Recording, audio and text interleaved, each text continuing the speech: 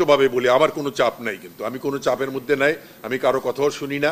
সুতরাং আমি এটা বন্ধ ঠিক হয় নাই, এটা আমরা কিছুটা সময় দিয়েছি যে তারা যেন সংশোধন হয়।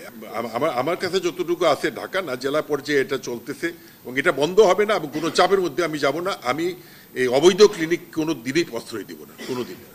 বোর্ডে সবার সাথে কিন্তু এই কথাগুলোই বলছি, কারণ হঠাৎ করে এটা এত বড় একটা জিনিস করা সম্ভব না, এটা খুব বাস্তব। আমাদেরকে আস্তে আস্তে গ্রাউন্ড ওয়ার্ক করি আমরা আগাবো, আমরা চেষ্টা করব যেন আমরা জিনিসটা সাকসেসফুল হতে পারি। ঠিক আছে, মানে আমি যেটা মনে করি, আমরা যদি এই যে সাউথ ইস্ট এশিয়াতে যারা আছি, আমরা যদি সবাই একসাথে এই এএমআর কিংবা এই সমস্ত ডেঙ্গি এগুলো নিয়ে কাজ করি, মানে এই যে জলবায়ু পরিবর্তনে যে সমস্ত আমাদের থ্রেটগুলো, আমরা আশা করি যে আমরা একটা কনক্লুড সিচুয়েশন আসতে পারবো।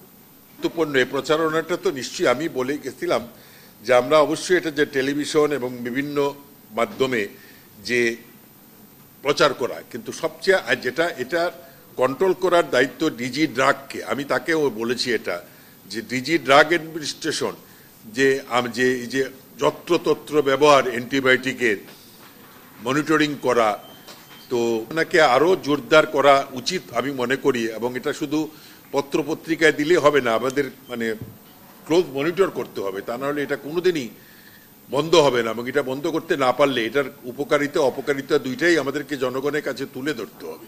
তো এটা মিডিয়ার মাধ্যমে তুলে ধরতে হবে। ভাবে বলি আমার কোনো চাপ নাই, কিন্তু আমি কোনো চাপের মধ্যে নাই, আমি কারো কথাও শুনি না।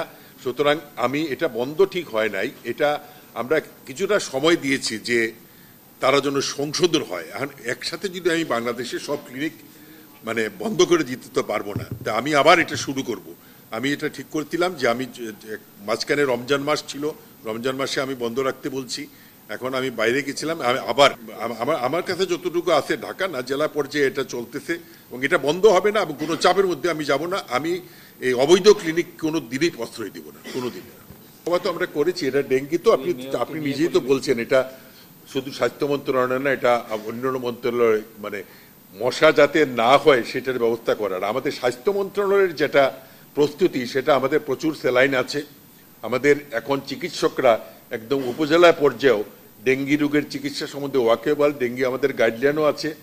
তো সুতরাং এতে কোনো অসুবিধা হবে বলে আমি মনে করি না। কিন্তু আমি আবারও বলছি ওই একই কথা, যে prevention is the best treatment, এটাই আমাদেরকে আগাইতে হবে। আপনি আপনার বাড়িতে, আমি আমার বাসায়, আমরা সবাই যদি এটার সচেতন হই, তাহলে ডেঙ্গি মোকাবেলা সম্ভব করা যায় এবং করা উচিত বলে আমি মনে করি। এটা তো আমার দোষ আর কি বলে, এটা আমার ওইটা আমার না, সবই আমার। এই দেশও আমার, এই মানুষও আমার, সবই আমার। সুতরাং এটা আমাদের নিশ্চয়ই করা উচিত।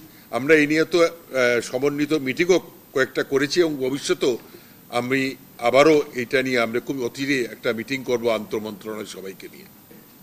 আমি তো আমার অর্থ বছরে বাজেট আমি কিভাবে চালাবো সেটা আমি বলতে পারবো।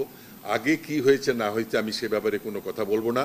আমি যেটা মনে করি ব্যক্তিগতভাবে, যে বাজেট নিয়ে আমাদের উচিত হবে, আমি এই মন্ত্রণালয় থেকে আমি যেটা আমাদের কর্মকর্তাদের সবাইকে আমি যেটা নির্দেশ দিয়েছি, যে আমরা সেই প্রকল্পগুলোই নিব যে প্রকল্পগুলো সাধারণ মানুষের উপকার হবে। আমি অহেতুক কোনো প্রকল্প নিব না যেটা আমি প্রকল্প নিয়ে কাজ শেষ করতে পারবো না। সুতরাং আমার নির্দেশই থাকবে, আমরা সাধারণ মানুষের উপকারে যে প্রকল্প আসবে সেই প্রকল্পটা নিয়ে আমরা কাজ করব। এবং এটা মনিটর করার জন্য আমি প্রত্যেক মাসে অল্প অল্প করে সবার সাথে কথা বলবো, যেন আমি অর্থ বছরে টাকাটা আমি শেষ করতে পারি।